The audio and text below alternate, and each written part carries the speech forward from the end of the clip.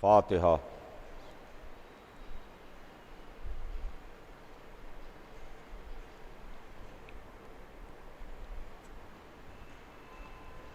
اعوذ باللہ السمیع العلیم من الشیطان اللعین الرجیم، بسم اللہ الرحمن الرحیم۔ الحمد للہ رب العالمین، والصلاة والسلام علی سیدنا و نبینا و شفیعنا بالقاسم محمد و آلہ الطیبین الطاہرین المعصومین، ولعنۃ اللہ علی اعدائہم اجمعین من یومنا ھذا الی یوم الدین۔ اما بعد، فقد قال اللہ سبحانہ تبارک و تعالی فی کتابہ المبین وہو اصدق الصادقین۔ بسم اللہ الرحمن الرحیم۔ انما یرید اللہ لیذھب عنکم الرجس اہل البیت ویطہرکم تطہیرا۔ کائنات کا خالق اور مالک،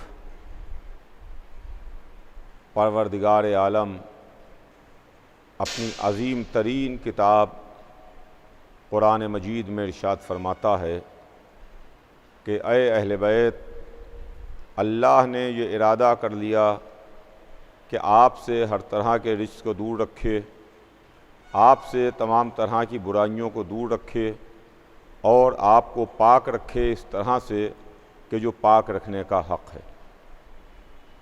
عزیزان گرامی، یہ آیہ مبارکہ جس کے ذیل میں مسلسل 3 دن سے میں آپ کی خدمت میں کچھ نہ کچھ عرض کرنے کی کوشش کر رہا ہوں،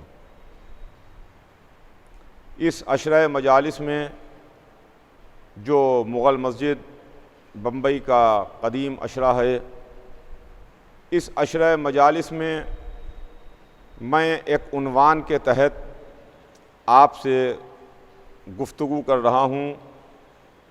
سلسلہ کلام آپ کے ذہن میں ہوگا، ہمارے اور آپ کے درمیان جو گفتگو ہے وہ یہ ہے کہ ہم اہل بیت کو کیوں مانتے ہیں، اہل بیت کے ماننے کے پیچھے وجہ کیا ہے، اہل بیت کو ماننے کے پیچھے راز کیا ہے۔ ہم 1400 برس بعد کے مسلمان ہیں، مگر 1400 برس کے بعد آج بھی ہم اہل بیت کو کیوں مانتے ہیں۔ اس سلسلے میں نے آپ کی خدمت میں کچھ عرض کیا، لیکن اب بات آگے بڑھے، سلسلہ کلام آگے بڑھے۔ عزیزان گرامی، میں نے کل کی مجلس میں آپ کی خدمت میں عرض کیا تھا کہ رسول اللہ کی آنکھ بند ہونے کے بعد ہم کو 3 طرح کے گروہ نظر آئے، ہم کو 3 طرح کے گروپ نظر آئے، ہمیں 3 طرح کے افراد ملے۔ ایک وہ تھے جو اصحاب رسول کہلاتے تھے، دوسرے وہ تھیں جو ازواج رسول کہلاتی تھیں، اور تیسرے وہ تھے جو اہل بیت رسول کہلاتے تھے۔ ان کے متعلق جب ہم نے معلوم کرنا چاہا اور ہم نے پوچھا تو کسی غیر سے نہیں پوچھا، کسی دوسرے سے نہیں پوچھا، کسی چھوٹے موٹے سے نہیں پوچھا، ہم نے پوچھا تو اللہ سے پوچھا، ہم نے پوچھا تو کلام اللہ سے پوچھا، کتاب اللہ سے پوچھا، اور کتاب اللہ نے تینوں کا کردار ہم کو بتایا اور پیش کیا۔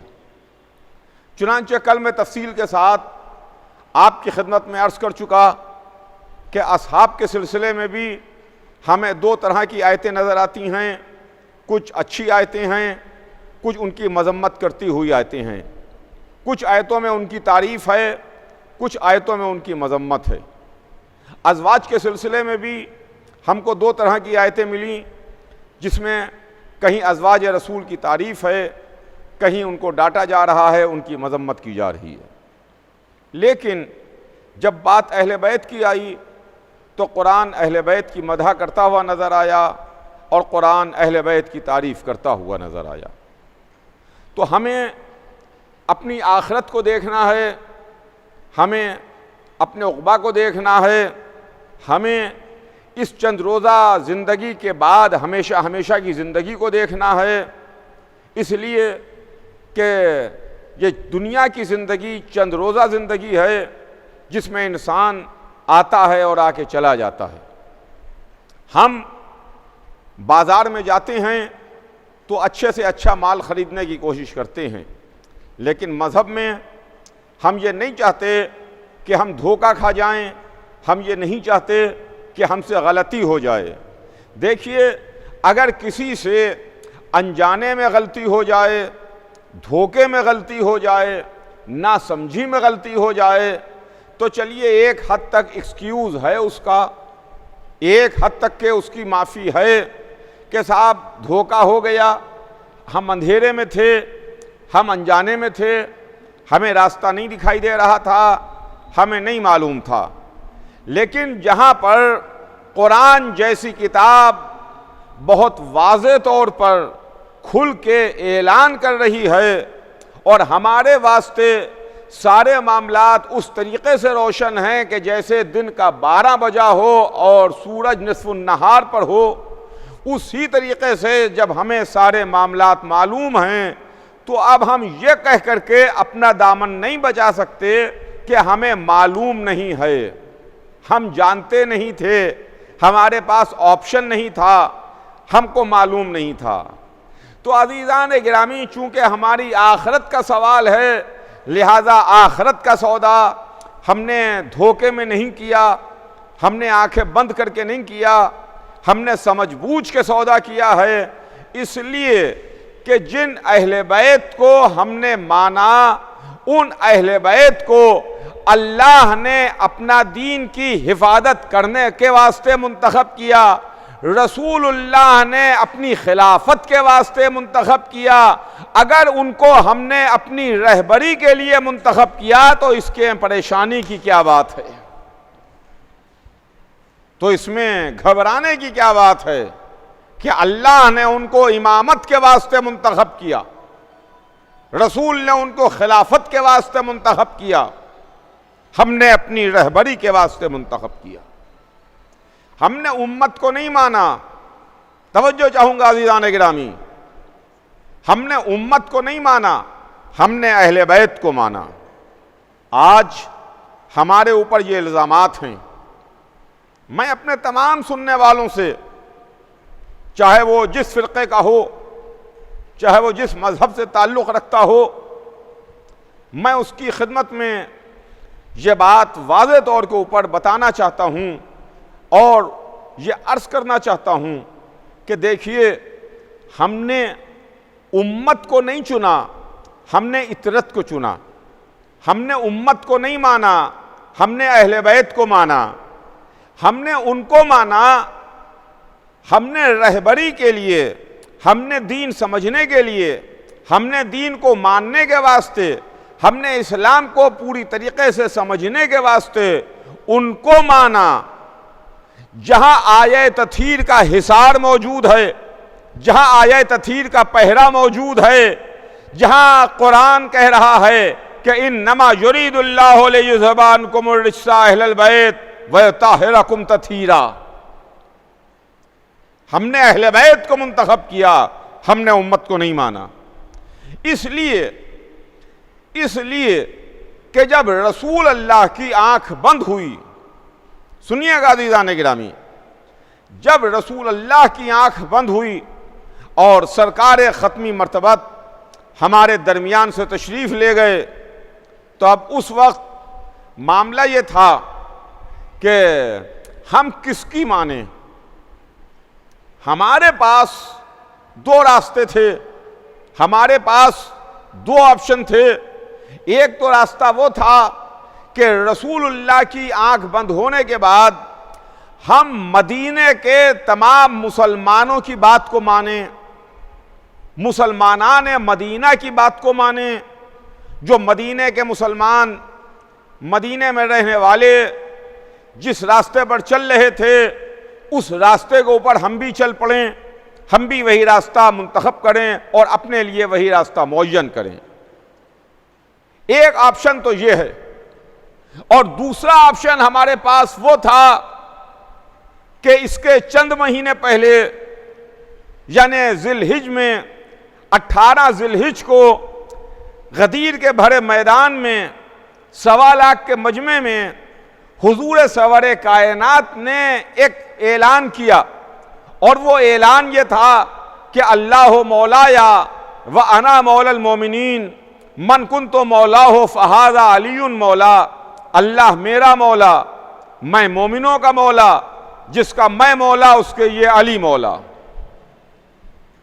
ایک راستہ ہمیں امت نے بتایا، ایک راستہ ہمیں رسول اللہ کا بتایا ہوا نظر آیا، جس میں رسول نے فرمایا کہ جس کا میں مولا اس کے یہ علی مولا۔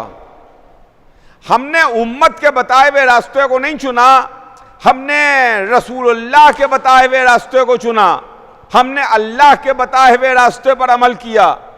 تو عزیزان گرامی، اب یہاں پر سوال یہ پیدا ہوتا ہے کہ دو راستے تھے، ایک امت کا بتایا ہوا راستہ، ایک اللہ و رسول کا بتایا ہوا راستہ۔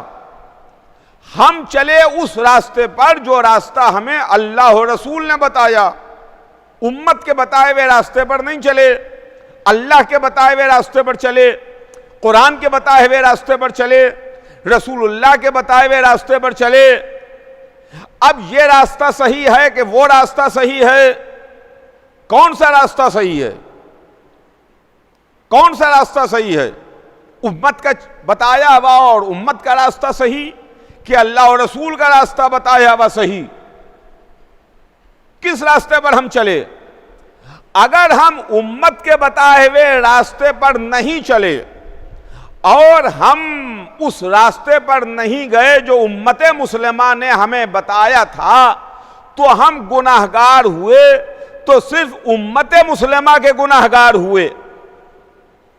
توجہ چاہوں گا عزیزان گرامی، بہت خاص توجہ اپنے سننے والوں کی چاہوں گا۔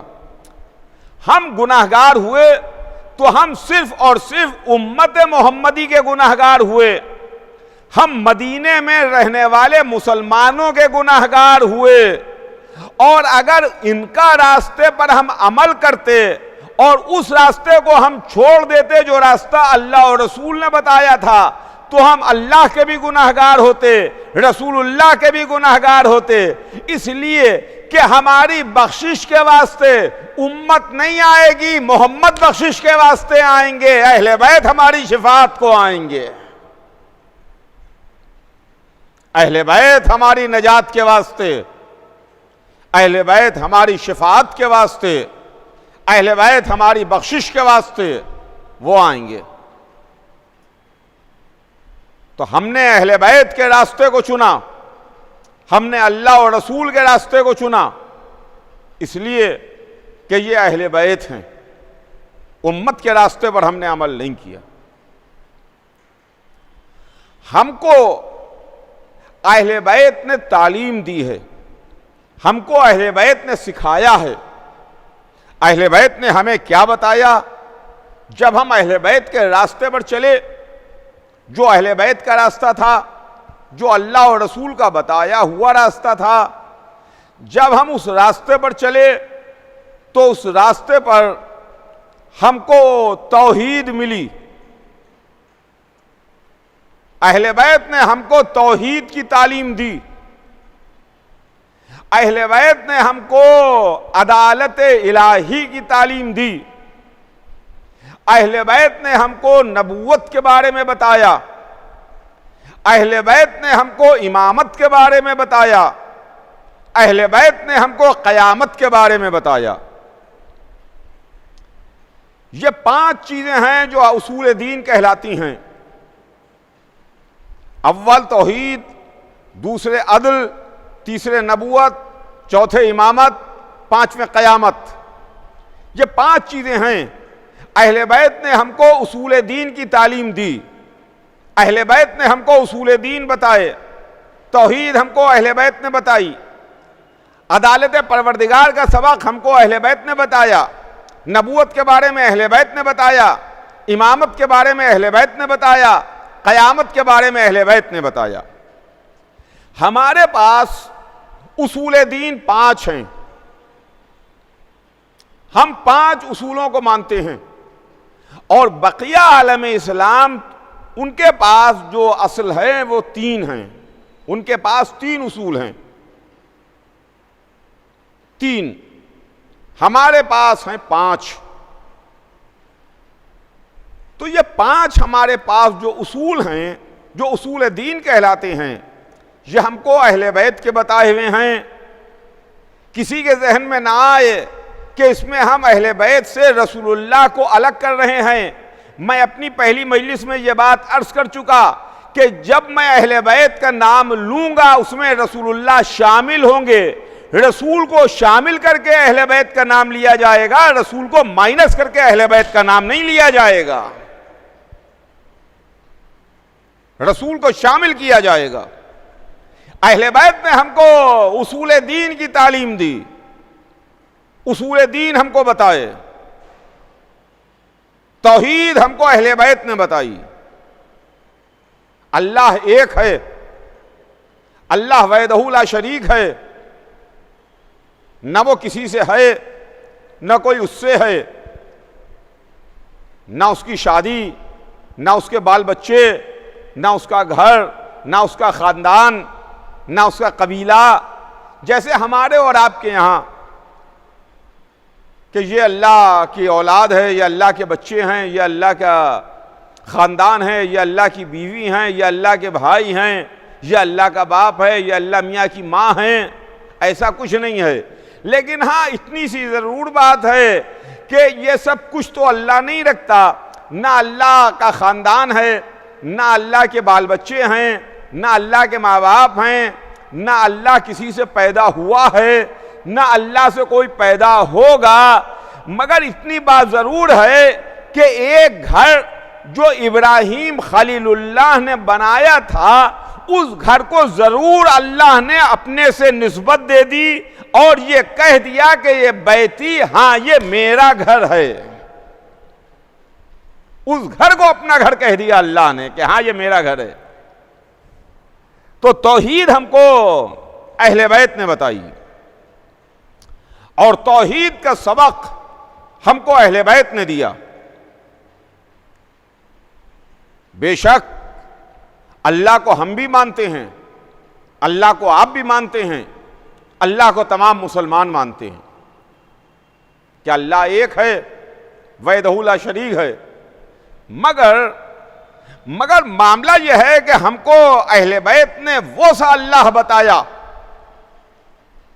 اہل بیت نے ہم کو وہ سا خدا بتایا، وہ سا اللہ بتایا کہ جس کا نہ رنگ ہے، جس کی نہ صورت ہے، جس کی نہ پنڈلی ہے، جس کا نہ وزن ہے، نہ جو کرسی پر عرش پر کرسی پر بیٹھا ہوا ہے، ایسا اللہ نہیں بتایا کہ کالا سا ہے، موٹا سا ہے، سولا سا ہے، عرش پر کرسی پر بیٹھا ہوا ہے، اس کی پنڈلی پر نمرود کا مارا ہوا تیر بھی موجود ہے، ایسا اللہ اہل بیت نے نہیں بتایا۔ ہم بھی نماز پڑھتے ہیں، تمام عالم اسلام نماز پڑھتا ہے، تمام مسلمان نماز پڑھتے ہیں، مگر ادھر مغرب کی اذان ہوئی، نماز کا وقت آیا، جلدی جلدی ہم مسجد میں آئے، ہم نے وضو کیا، وضو کر کے آگے مصلی پر کھڑے ہوئے، جلدی سے نیت کی اور نماز پڑھنے لگے۔ نماز تو ہم پڑھ رہے ہیں مگر پتہ نہیں ہمارا ذہن کیا سوچ رہا ہے۔ نماز میں شرط ہے کہ خضوع و خشوع ہونا چاہیے ہے، مگر کھڑے تو ہیں جماعت میں، کھڑے تو ہیں مصلی پر، نماز پڑھ رہے ہیں ہم، مگر پتہ نہیں ہمارا ذہن کوئی کاروبار سوچ رہا ہو، کوئی کام سوچ رہا ہو، کوئی دفتر کا بات ذہن میں آ گئی ہو وہ سوچ رہا ہو، کسی کی بیماری کے بارے میں سوچ رہا ہو, کسی پریشانی کے بارے میں سوچ رہا ہو, ابھی ہمیں نماز پڑھ کے اپنے گھر کے واسطے یہ سامان, یہ سودا خرید کے لے جانا ہے, اس کے بارے میں ذہن سوچ رہا ہو, ذہن ہمارا چل رہا ہے, ٹیکسٹ ہم ادا کر رہے ہیں, ایک خاص انداز میں اٹھ رہے ہیں, بیٹھ رہے ہیں, یہاں تک کہ ہماری نماز تمام ہو گئی اور ہم نے کہہ دیا السلام علیکم ورحمۃ اللہ وبرکاتہ. لیجئے ہماری نماز تمام ہو گئی, اور اس کے بعد ہم مونچھوں پر تاؤ دیتے ہوئے, سینہ چوڑا کیے ہوئے, مسلمان ہیں نا, مسجد سے نکل رہے ہیں کہ صاحب مغرب کی نماز ادا کر کے آ رہے ہیں, عشاء کی نماز پڑھ کے آ رہے ہیں. اچھا, دیکھنے والے بھی دیکھ رہے ہیں, بہت بڑا نمازی ہے, پکا نمازی ہے, اذان کے وقت مسجد میں آ جاتا ہے, نماز میں کھڑا ہوتا ہے, صف میں کھڑا ہوتا ہے, پہلی صف میں کھڑا ہوتا ہے. تو ہمارے تقوی کا, ہمارے اسلام کا, ہمارے خوف خدا کا لوگوں پر بڑا اثر ہو رہا ہے کہ صاحب یہ 5 وقتہ نمازی ہے, نماز میں آتا ہے, پہلی صف میں کھڑا ہوتا ہے, چہرے پر بڑی داڑھی بھی ہے, ماتھے پر گٹا بھی ہے, ہاتھ میں تسبیح بھی ہے. ہم اپنے کو بہت بڑا مسلمان, بہت بڑا اللہ والا, بہت بڑا توحید کا پرستار شو کر رہے ہیں, لیکن دل کا حال تو اللہ جانتا ہے, دل کے حال سے اللہ واقف ہے. لیکن کائنات عالم و آدم میں جنہوں نے توحید کی تعلیم دی ہے, جنہوں نے ہم کو توحید کے بارے میں بتایا, اللہ کے بارے میں بتایا, انہوں نے ہم کو کیا بتایا کہ وہ جو بڑی سے بڑی لڑائی میں, بڑے سے بڑے مارکے میں اس طریقے سے میدان میں لشکر میں داخل ہو جاتا تھا کہ اس کو موت کی پرواہ نہیں رہتی تھی, بے نیام تلوار لیے ہوئے صفوں میں داخل ہو جاتا تھا تلوار چلاتا ہوا, اس کو اس بات کی پرواہ نہیں ہے کہ موت اس کے اوپر آ جائے یا وہ موت کے اوپر چلا جائے. لیکن وہی شہ سوار, وہی بہادر, وہی جانثار, وہی میدان کا دھنی جب وضو کرتا ہے تو چہرے کا رنگ بدلنے لگتا ہے, جب مصلی پر آتا ہے تو ہاتھ پیروں میں راشا آ جاتا ہے, ماتھے کا اوپر پسینہ ہے, چہرے کا رنگ زرد ہے, ہاتھ پیروں میں راشا ہے. کسی نے آگے بڑھ کے کہا یا علی, آپ کو ہم نے بڑی بڑی لڑائیوں میں دیکھا, بڑے بڑے مارکوں میں دیکھا, بڑی بڑی جنگوں میں دیکھا, جہاں پر آپ کی ایسی کیفیت نہیں ہوتی جو کیفیت آپ کی نماز میں مصلی پر ہوتی ہے. تو کہنے والے کو علی نے ڈانٹ دیا, جھڑک دیا, کہا تجھے کیا معلوم کہ علی کس کی سرکار میں حاضر ہوتا ہے, علی کس کی سرکار میں حاضر ہوتا ہے. یہ علی کا مصلی پر آنا, یہ علی کے چہرے کا رنگ بدلنا, یہ علی کے جسم میں ہاتھ پیروں میں راشا ہونا, یہ علی کا سجدہ کرنا توحید کی تعلیم دے رہا ہے, توحید کو سکھا رہا ہے, توحید کو بتا رہا ہے کہ دیکھو جب بندہ ایسا ہے تو خدا کیسا ہوگا, جب بندہ ایسا ہے تو اس کا خالق کیسا ہوگا. توحید کی تعلیم ہم کو اہل بیت سے ملی, توحید کے بارے میں ہم کو رسول اللہ نے بتایا. دعوت عشیرہ میں یہی تو کہا تھا نا, قولوا لا الہ الا اللہ تفلحوا, کہو اللہ ایک ہے, کہو اللہ ایک ہے. اس پہاڑی کے پیچھے ایک لشکر ہے, تم نے وہ دیکھا نہیں ہے. خاندان والوں نے کہا تھا عشیرہ میں کہ عبداللہ کے بیٹے, چونکہ آپ نے ہم سے کوئی غلط اور لغو بات نہیں کہی, لہٰذا ہم آپ کی زبان, آپ کے بیان اس پر یقین کرتے ہیں, بھروسہ کرتے ہیں کہ آپ ہمیشہ سچ بولے, صادق ہیں آپ کہہ رہے ہیں تو ہم اس پہاڑی کے پیچھے لشکر کو مان لیں گے. تو اس پر رسول اللہ نے جواب دیا کہ سنو، جس طرح بغیر دیکھے میری زبان پر، میرے قول پر تم اس بات کو مانو گے کہ پہاڑی کے پیچھے لشکر ہے جس کو تم نے نہیں دیکھا ہے مگر میرے کہنے پر مان لو گے، اسی طریقے سے میرے کہنے پر اس بات کو مانو کہ اللہ ایک ہے، وحدہ لا شریک ہے، وہ خالق ہے، مالک ہے، وہ کائنات کو خلق کرنے والا ہے۔ رسول اللہ نے اللہ کو بتایا، علی نے اللہ کو بتایا، اور اس کے بعد یوں تو ہمارے ہر امام نے ہمیں توحید کی تعلیم دی ہے، مگر وقت نہیں ہے جو تفصیل کے ساتھ عرض کروں، وقت نہیں ہے جو تفصیل کے ساتھ عرض کروں، بس جلدی جلدی اور بات کو اپنی مختصر کروں کہ ہر امام نے ہم کو توحید کی تعلیم دی ہے، مگر کیا کہنا حسین ابن علی کا، یا رسول اللہ آپ نے بھی ہم کو توحید کی تعلیم دی، آپ ہی کے کہنے پر، آپ ہی کے بتانے پر ہم نے اللہ کو مانا، یا علی آپ نے ہم کو تعلیم سجدہ دی، آپ نے ہم کو بتایا، آپ ہی کو دیکھ کر کے ہم نے عبادت کا سلیقہ سیکھا، مگر یا علی، مگر یا رسول اللہ اس طریقے سے اس عالم میں نہ آپ نے سجدہ کیا نہ رسول اللہ نے سجدہ کیا جس عالم میں کربلا میں حسین ابن علی نے سجدہ کیا۔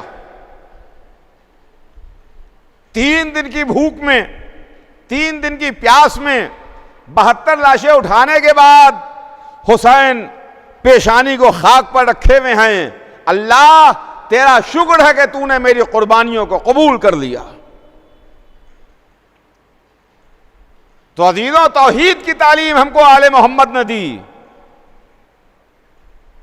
منزل آگے بڑھتی ہے۔ توحید کے بعد اللہ کی عدالت ہے۔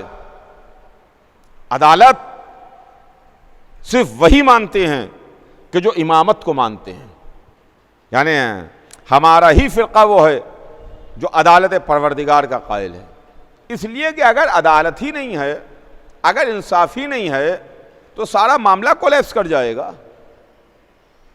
آپ تصور کیجئے، آپ سوچئے کہ اگر ہمارے ملک میں یا دنیا کے کسی بھی ملک میں کانسٹیٹیوشن ہے، اس میں شہری ہیں، رہنے والے ہیں، معاملات ہیں، حکومت ہے، حکومت کے عہدیدار ہیں، تمام رہنے والے لوگ ہیں، شہری ہیں، وطنی ہیں، لیکن اس ملک میں اگر عدالتیں نہ ہوں، اس ملک میں اگر کورٹ نہ ہو، اگر اس ملک میں انصاف کرنے کے واسطے جو گھر بنایا جاتا ہے وہ انصاف کا گھر نہ ہو، تو اس ملک کا انجام کیا ہوگا؟ کہ جہاں پر مظلوم بھٹک رہا ہے، مظلوم پریشان ہے، مظلوم گھوم رہا ہے، اس کو کوئی انصاف دینے والا نہیں ہے، جہاں پر صرف ظالم ہی ظالم نظر آئیں گے، حق چھیننے والے نظر آئیں گے، کمزوروں پر، غریبوں پر، بے سہاروں پر ظلم ہوگا، مگر وہ اپنے ظلم کے خلاف کہاں جا کر کے آواز بلند کرے گا؟ ظلم کے خلاف کہاں جا کر کے بھیک مانگے گا؟ ظلم کے خلاف اپنے دل کی بات لے کے کس دروازے پر جائے گا؟ عزیزان گرامی، اسی لیے تو عدالت ہے اور عدالت پروردگار ہے کہ جہاں پر کہہ دیا گیا، قرآن میں صاف صاف کہہ دیا، وَمَنْ يَعْمَلْ مِثْقَالَ ذَرَّةٍ خَيْرًا يَرَهُ وَمَنْ يَعْمَلْ مِثْقَالَ ذَرَّةٍ شَرًّا يَرَهُ، یعنی وہ دن، قیامت کا دن، جس دن دیکھ لے گا انسان، جس نے ذرہ برابر بھی خیر کیا ہے وہ بھی دیکھ لے گا، ذرہ برابر شر کیا ہے وہ بھی دیکھ لے گا، یعنی اگر کسی سے رتی برابر بھی شر ہوا ہے یا خیر کیا ہے اس کو بھی پتہ چل جائے گا۔ یہ عدالت پروردگار ہی کے ذریعے سے خیر و شر کا پتہ چلے گا۔ اگر عدالت نہ ہو تو سب بیکار ہے، انصاف نہ ہو تو ساری عمارت دھری کی دھری رہ جائے گی، کولیپس کر جائے گی۔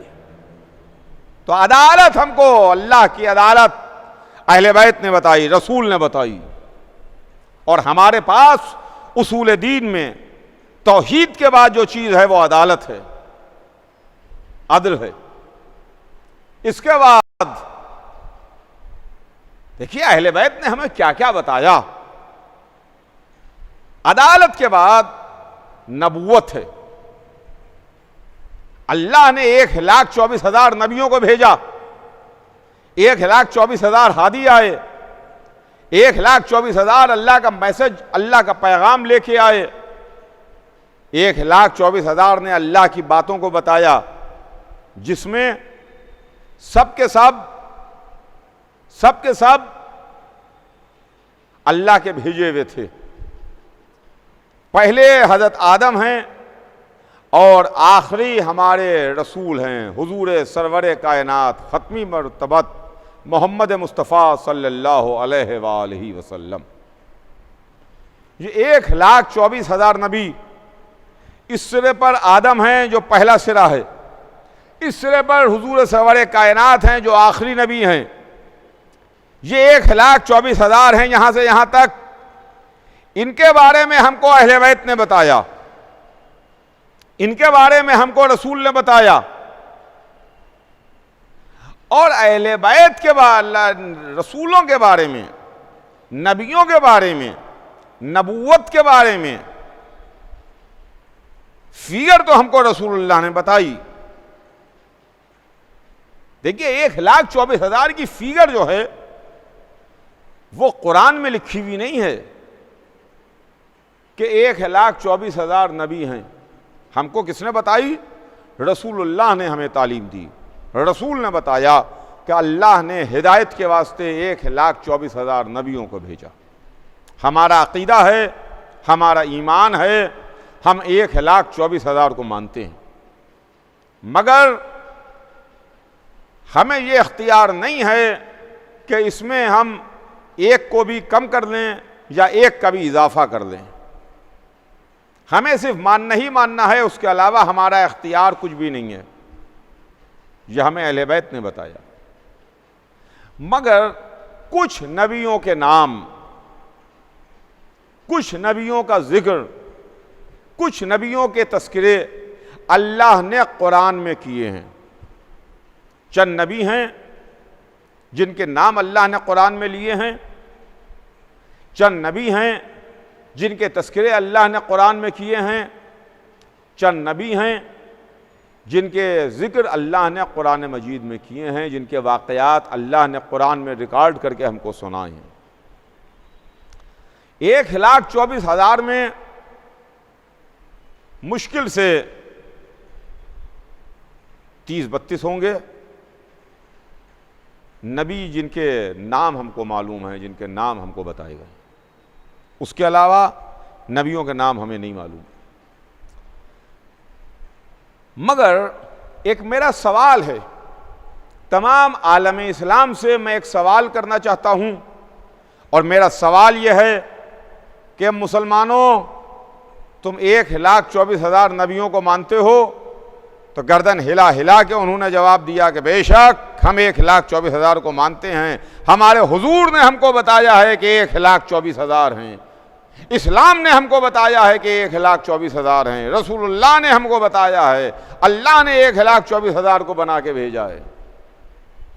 تو 1,24,000 کی فگر، تو میں نے ہاتھ جوڑ کے امت مسلمہ سے کہا، میں نے ہاتھ جوڑ کے مسلمانوں سے کہا کہ بھائی مسلمانوں، آپ ہمیں 1,24,000 کے ایک ایک واقعات بتا دیجئے، ایک ایک واقعہ بتا دیجئے 1,24,000 کا، کم سے کم بڑے لوگوں کے، اللہ والوں کے، منتخب کردہ پروردگار لوگوں کے ایک ایک واقعہ ہمارے پاس ہوگا تو کم سے کم ہماری رہبری کے لیے، ہماری ہدایت کے لیے، ہمیں روشنی اور راستہ دکھانے کے واسطے 1,24,000 واقعات ہوں گے۔ ایک بہت بڑی اور بہت موٹی اور بہت مفصل کتاب ہمارے پاس ہوگی، جو اخلاق کی کتاب ہوگی، سیدھے راستے پر چلنے والی کتاب ہوگی، سیدھا راستہ بتانے والی کتاب ہوگی، روشنی اور ہدایت دکھانے والی کتاب ہوگی۔ 1,24,000 واقعات اگر ہم کو مل جائیں تو علماء اسلام نے کہا کہ نہیں بھائی، ہم 1,24,000 واقعات تو نہیں بتا سکتے، ہمارے پاس سب کے واقعات نہیں ہیں، بس تھوڑے ہی سے واقعات ہیں جن کو ہمیں بتایا گیا ہے، ہمارے پاس واقعات نہیں ہیں۔ تو ہم نے فوراً دوسرا سوال کیا کہ اچھا آپ کے پاس اگر واقعات نہیں ہیں تو ہمیں یہ بتائیے کہ 1,24,000 کن کن علاقوں میں تشریف لائے، اللہ نے کن کن ملکوں میں، کن کن علاقوں میں، کن کن شہروں میں، کن کن قریوں میں، کہاں کہاں اللہ نے ان نبیوں کو بھیجا، تاکہ ہمیں پتہ چلے کہ اس علاقے میں، اس شہر میں، اس قریے میں، اس ملک میں نبی اللہ کا بھیجا ہوا آیا ہے۔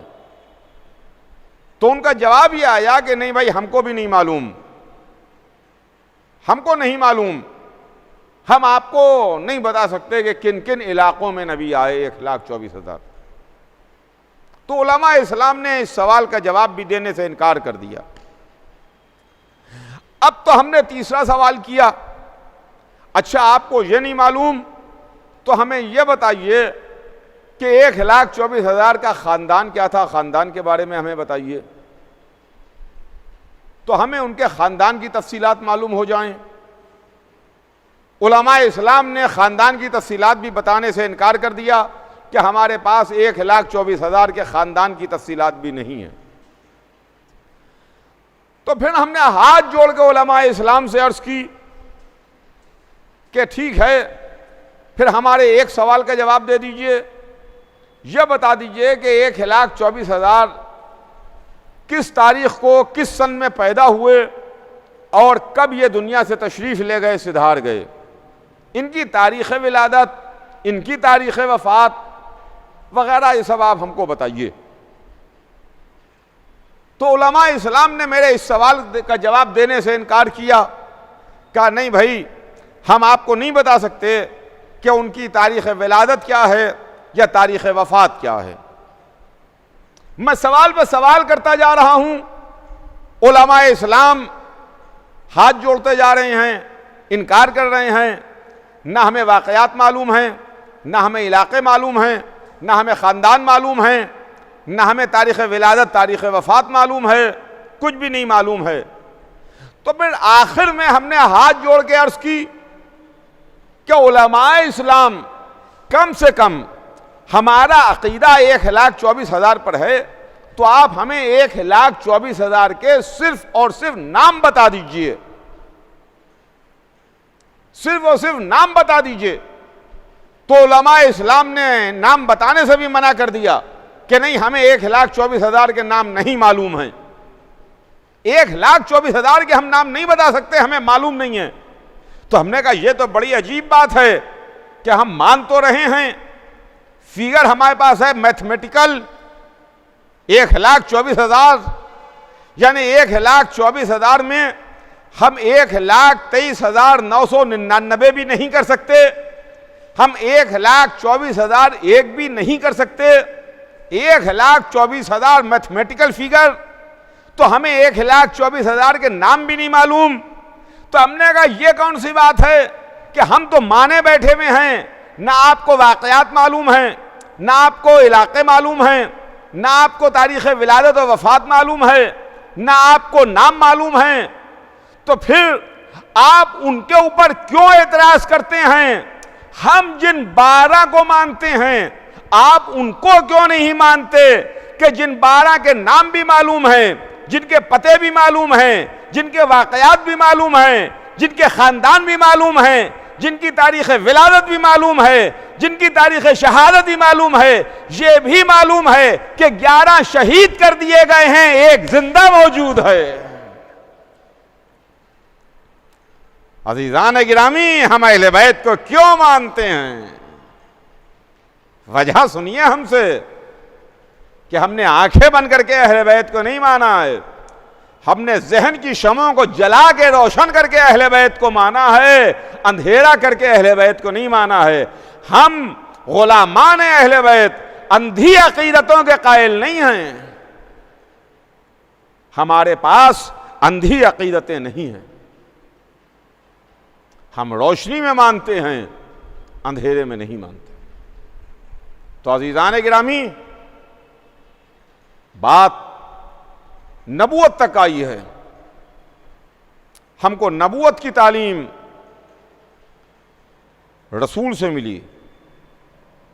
ہم کو نبیوں کے بارے میں آل رسول نے ہمیں بتایا. اور پھر سرکار ختمی مرتبت نے ایک موقع پر ارشاد فرمایا, حدیث رسول ہے کہ من اراد ان ینظر الی آدم فی علمہ وَإِلَى نُوحٍ فِي عَزْمِهِ وَإِلَى إِبْرَاهِيمَ فِي خُلَّتِهِ وَإِلَى عِيسَىٰ فِي الزُّهْدِ وَإِلَى مُوسَىٰ فِي هَيْبَتِهِ فَلْيَنظُرْ عَلَى وَجْهِ عَلِيِّ بْنِ أَبِي طَالِبٍ علیہ السلام. یہ حدیث رسول ہے جس میں حضور سرور کائنات نے ارشاد فرمایا کہ جو آدم کو ان کے علم میں, نوح کو ان کے عزم میں, ابراہیم کو ان کی خلت میں, موسیٰ کو ان کی ہیبت میں, عیسیٰ کو ان کے زہد میں دیکھنا چاہے تو وہ علی کو دیکھے, علی کا چہرہ دیکھے, علی کے چہرے کی زیارت کرے. یا رسول اللہ, یا آپ کہنا کیا چاہ رہے ہیں کہ آدم کو ان کے علم میں, نوح کو ان کے عزم میں, ابراہیم کو ان کی خلت میں, موسیٰ کو ان کی ہیبت میں, عیسیٰ کو ان کے زہد میں دیکھنا چاہے وہ علی کو دیکھے؟ شاید رسول کا جواب ہے یہی تو میں امت کو بتانا چاہ رہا ہوں کہ تم نے 1,00,000 کی فیگر سنی ہے ہم سے. اللہ نے 1,24,000 کو بھیجا ہے, مگر 1,24,000 کے نہ تمہیں واقعات معلوم ہیں, نہ تمہیں نام معلوم ہے, نہ تمہیں پتہ معلوم ہے, نہ تمہیں علاقہ معلوم ہے. تم ان کے بارے میں کچھ نہیں جانتے. بس اگر تمہیں معلوم ہے تو 1,24,000 کی فیگر معلوم ہے. میں اسی واسطے تمہیں بتانا چاہتا ہوں کہ تم علی کا چہرہ دیکھو, علی کی صورت دیکھتے رہو, علی کے چہرے کی زیارت کرتے رہو. یہ علی کا چہرہ اکیلا چہرہ نہیں ہے. گویا تم نے علی کا چہرہ دیکھا, تم نے آدم کو دیکھ لیا, نوح کو دیکھ لیا, ابراہیم کی زیارت کر لی, موسیٰ و عیسیٰ کی زیارت کر لی. گویا 1,24,000 کا جلوہ دیکھ لیا اگر علی کا چہرہ دیکھ لیا. تو عزیزان گرامی, یہ منزل ہے خدا کی قسم. بس اس کے آگے انشاءاللہ کل میں اپنی بات کو آگے بڑھاؤں گا. آج وقت تمام ہو رہا ہے, لہذا بات بھی یہیں پر تمام ہوگی. اہل بیت نے ہم کو اسلام سکھایا, اہل بیت نے ہم کو مذہب کے بارے میں بتایا, ورنہ دنیا تو حکومت کے چکر میں پڑ گئی. دنیا تو تخت اور اقتدار کے چکر میں پڑ گئی, دولت و سلطنت کے پیچوں میں الجھ کے رہ گئے. اب اللہ کو کون یاد رکھتا ہے؟ رسول اللہ کس کو یاد ہیں؟ قرآن کس کو یاد ہے؟ اسلام کس کو یاد ہے؟ دین کس کو یاد ہے؟ اما انتہا یہ ہے کہ جمعے کی نماز کس کو یاد ہے؟ جمعے کی نماز کس کو یاد ہے؟ وہ اہل بیت تھے جنہوں نے ہمیں دین بتایا, جنہوں نے ہمیں مذہب بتایا, جنہوں نے ہمیں اسلام کے بارے میں بتایا. اور عزیزوں, اسی اسلام کو بچانے کے واسطے محمد کا نواسہ مدینے سے چلا اور دوسری محرم کو کربلا پہنچا. حسین کربلا آ گئے, وہ مہمان کربلا پہنچ چکا جس زمین کا اس سے وعدہ کیا گیا تھا. ہاں عزیزوں, یہ چوتھی رات آ گئی, یہ چوتھی رات آ گئی.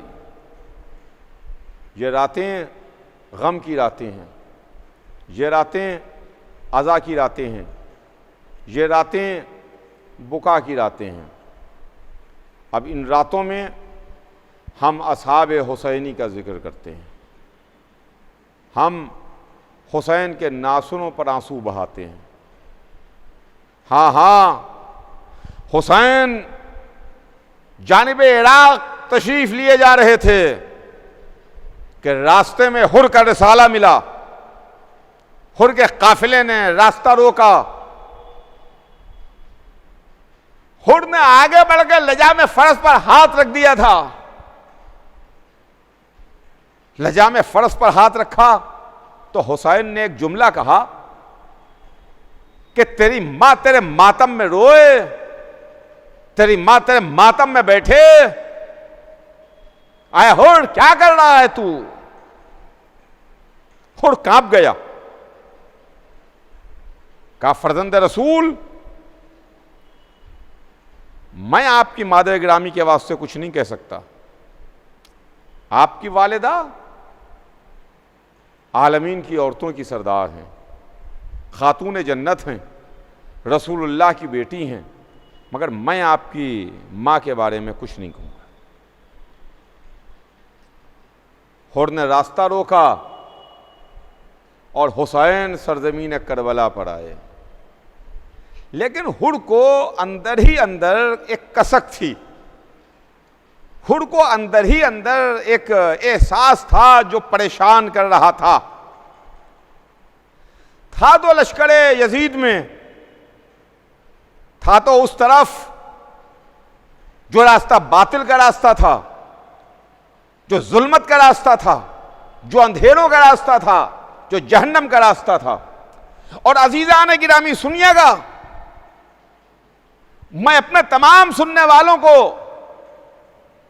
ایک یہ پیغام دینا چاہ رہا ہوں کہ صبح عاشوراء جناب حر کا امام حسین کی خدمت میں آنا ان تمام لوگوں کے واسطے راستے کھول رہا ہے کہ جن کی زندگیاں ابھی تک اندھیروں کے راستے پر گزری ہیں، باطل کے راستے پر گزری ہیں، ظلم کے راستے پر گزری ہیں، اگر وہ کسی وجہ سے ہمت نہ کر پا رہے ہوں کہ ارے صاحب میری اتنی زندگی باطل کے راستے پر گزر گئی، اتنی زندگی غلط راستے پہ گزر گئی، اتنی زندگی جہنم کے راستے پہ گزر گئی، ارے اب ہم کیا کریں؟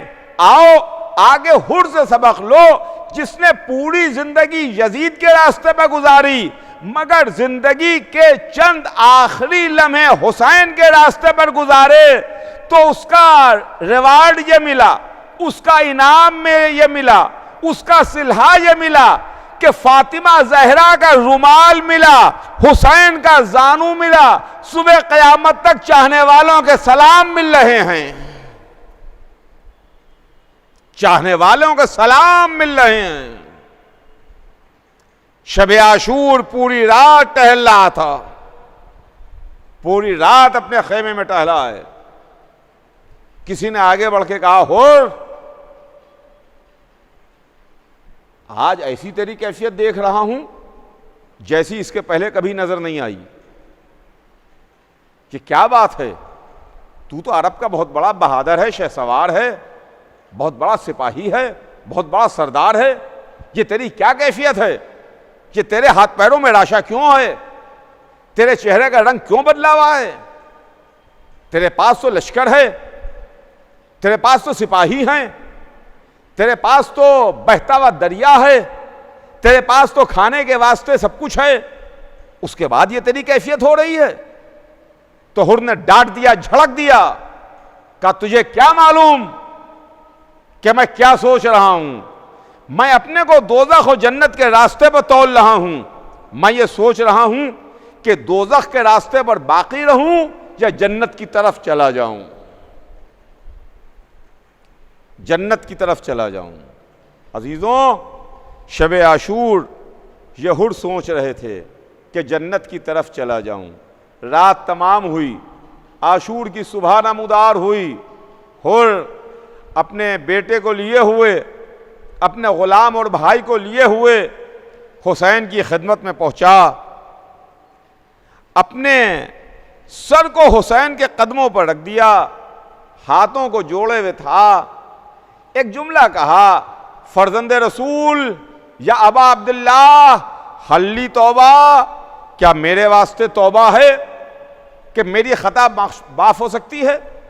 حسین نے ہڑ کو اٹھایا، اپنے سینے سے لگایا۔ یہ ہڑ کا ایک سفر تھا جو حسین کے قدموں سے شروع ہوا، حسین کے سینے پر آ کے تمام ہو گیا۔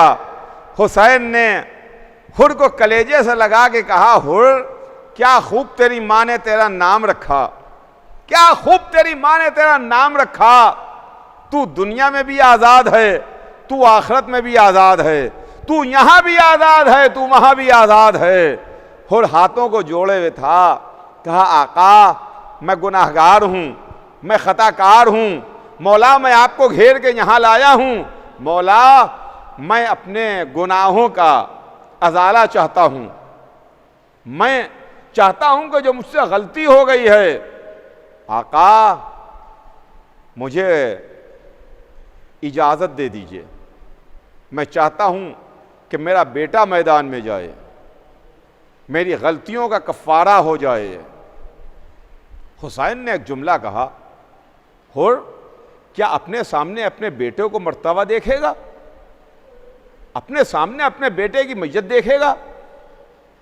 تو ہڑ نے کہا آقا میں دیکھنا چاہتا ہوں جوان کا داغ کیسا ہوتا ہے، اس لیے میں نے بھی فاطمہ زہرا کا دل دکھایا ہے۔